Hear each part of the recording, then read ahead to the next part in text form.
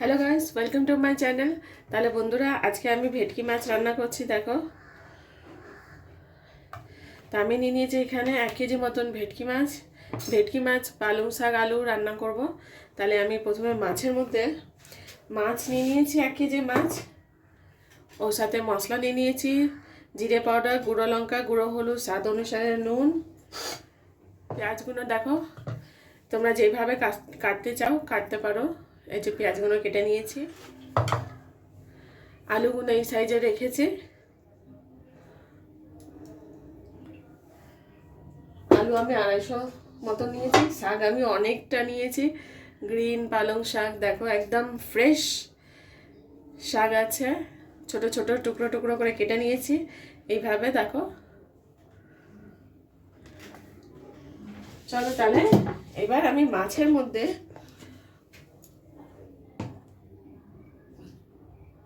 একটু গুঁড়ো হলুদ দেব,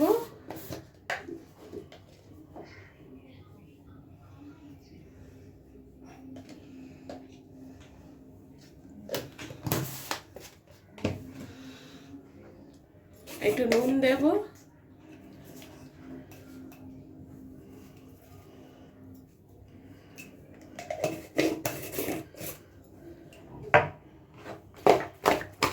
এবার এটা ভালো করে মিক্স করে নিতে হবে। দেখেছো প্রত্যেকটা পিসে দেখো সুন্দর করে মশলা লাগানো হয়ে গেছে। এবার আমি এটা একটু সাইডে রেখে এখানে আমি প্যানটা বসিয়ে দেব।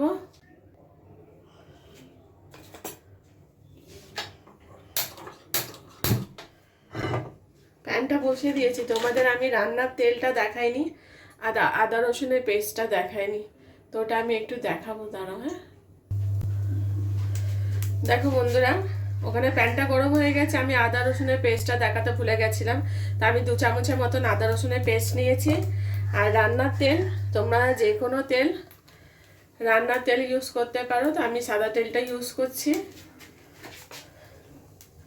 এবার আমি রান্নার সাদা তেলটা দিয়ে দিচ্ছি, তোমরা আন্দাজ মতন দিও মাছটা ভাজার জন্য।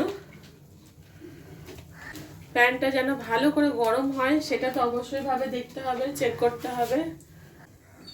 দেখো বন্ধুরা, প্যানটা অনেক ভালো করে গরম হয়ে গেছে। প্যানটা যদি ভালো করে গরম না হয় না, তাহলে আবার দেখবে মাছটা সেঁটে যাবে। তাহলে প্যানটা অনেক ভালো করে গরম করতে হবে। এবার প্যানে আমি আস্তে আস্তে এক একটা করে মাছ দিয়ে দিব। দেখো, তোমরা অনেক সাবধানে মাছগুলো ফ্রাই করবে।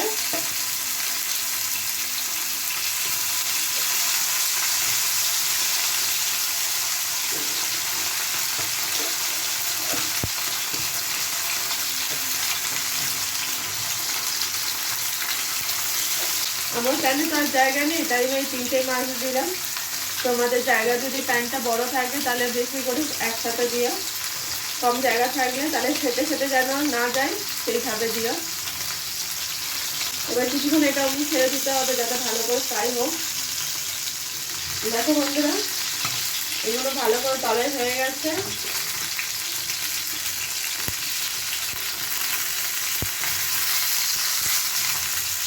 যদি মনে হয় যে ফেটে আছে তাহলে একটু কিছুক্ষণ আরেকটু ছেড়ে দিতে হবে। দেখো অনেক সুন্দর করে কাটিয়ে গেছে, চেঞ্জ হয়ে গেছে, একটুও ফেটে ছিল না। একটু টাইম দিয়ে দিলে মাছকে তাহলে অনেক সুন্দরভাবে এটা ফ্রাই হবে। এবার দেখো এটাও চেঞ্জ হয়ে গেল। অবশ্যই ভাবে তোমরা প্যানটা ভালো করে গরম করার পরে, প্যানে বানাও বা কড়াতে বানাও, ভালো করে গরম করার পরেই ফ্রাই করতে দিতে হবে, নাহলে মাছটা ফেটে যাবে। বন্ধুরা, মাছ ভাজা আমার হয়ে গেছে। এবার আমি মাছগুলো সব তুলে নিচ্ছি।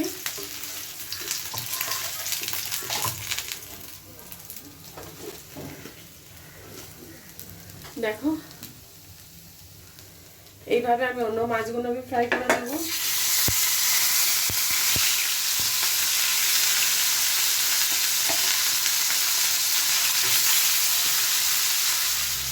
তাহলে বন্ধুরা, আমি কড়াটা বসিয়ে দিয়েছি। তার সাথে তোমাদের বলে রাখি, দেখো এখানে এক সসপ্যান আমি জল রেডি রেখেছি, গরম জল। এখানে সাইডে আমি গরম জল বসিয়ে দিচ্ছি, যাতে এক সাইডে গরম জলটা হতে থাকুক।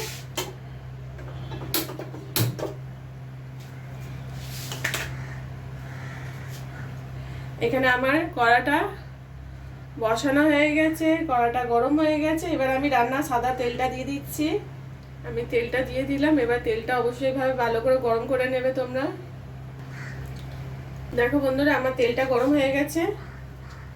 এবার আমি দুটো শুকনো লঙ্কা দিয়ে দিচ্ছি। দেখবে লঙ্কার কালারটা যখনই চেঞ্জ হয়ে যাচ্ছে, তারপরে পেঁয়াজ।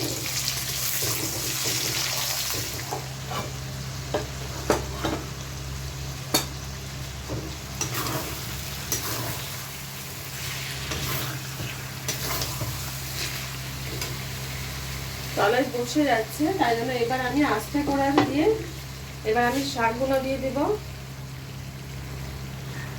শাকটা অবশ্যই ভাবে তোমরা কেটে নিয়ে ভালো করে বারবার করে 3-4 বার করে অন্তত ধুয়ে নিতে হবে।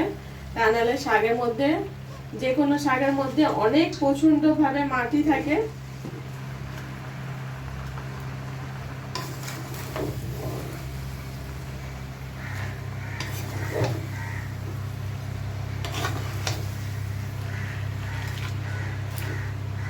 আমি জানি এটা এখন নাড়ানো যাবে না, তাই এটা কিছুক্ষণ আগে ঢেকে রাখতে হবে, যাতে শাকটা দিয়ে ভালো করে সুন্দরভাবে জল বেরিয়ে যায়।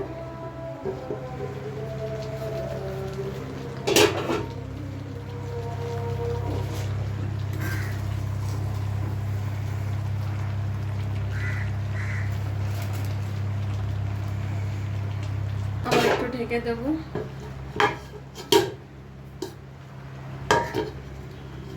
যাতে আর একটু ভালো করে ঝরে যায়।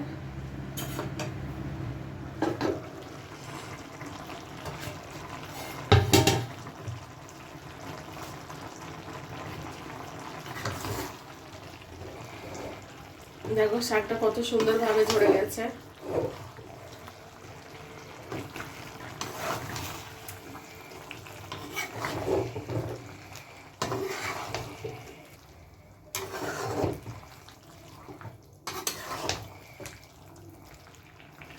এবার আমি এর মধ্যে গরম জলটা অ্যাড করব বন্ধুরা, আন্দাজ মতন। তোমরা চাইলে কম বেশি যে যেমন জল অ্যাড করতে চাও, কিন্তু বলবো অবশ্যই ভাবে গরম জল অ্যাড করবে, ঠান্ডা জল অ্যাড করবে না। কেন ঠান্ডা জল অনেকজন কি করে, গরম জল অ্যাড করে তারপরে আবার কম পড়ে গেলে আবার ঠান্ডা জল। না, ঠান্ডা জল তোমরা দেবে না, দিলে রান্নার টেস্টটা না তখন অত ভালো হয় না। তোমরা আবার যদি জল প্রয়োজন পড়ে একটু গরম করে আবার দিয়ে দেবে, তাহলে দেখবে রান্নার টেস্টটা অনেক বেশি ভালো হবে। আমার নুনটা একটু কম হচ্ছে, নুনটা আমি আর একটুখানি অ্যাড করলাম।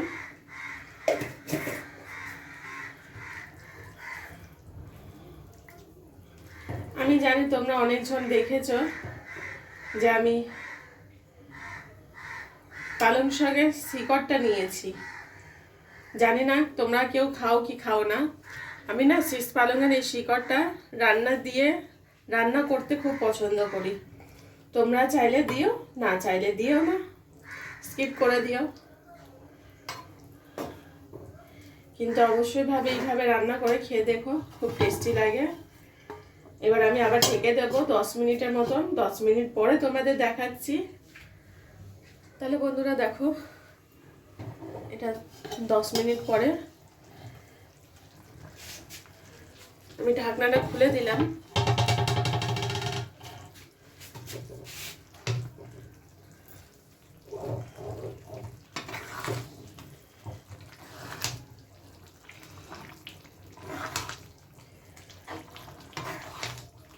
আমি দেখে নেবো আলুটা গলেছে কিনা।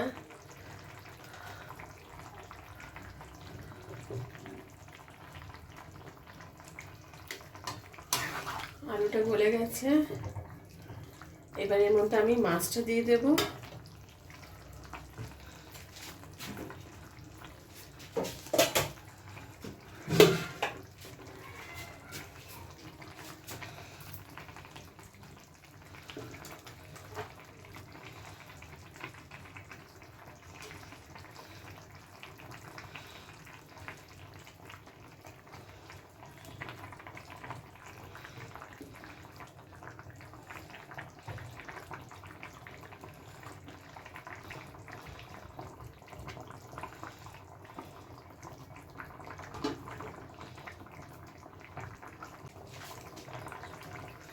একবার একটু 5 মিনিট মতন আমি ঢেকে দেব বন্ধুরা। এটা 5 মিনিট মতন একটু ঢেকে দিলে তাহলে কি হবে, মাছটা ভেতরেও ভালো করে সুন্দর করে ঝোলটা ঢুকে যাবে, গ্রেভিটা।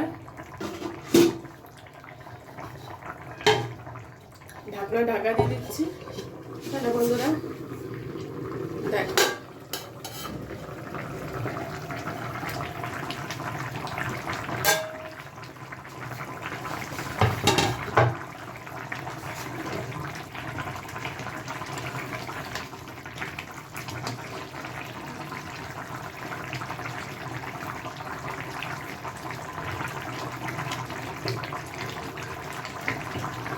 তোমরা চাইলে এর মধ্যে টমাটার আর ধনে পাতাটা দিতে পারো, আমার কাছে নেই তাই দিলাম না।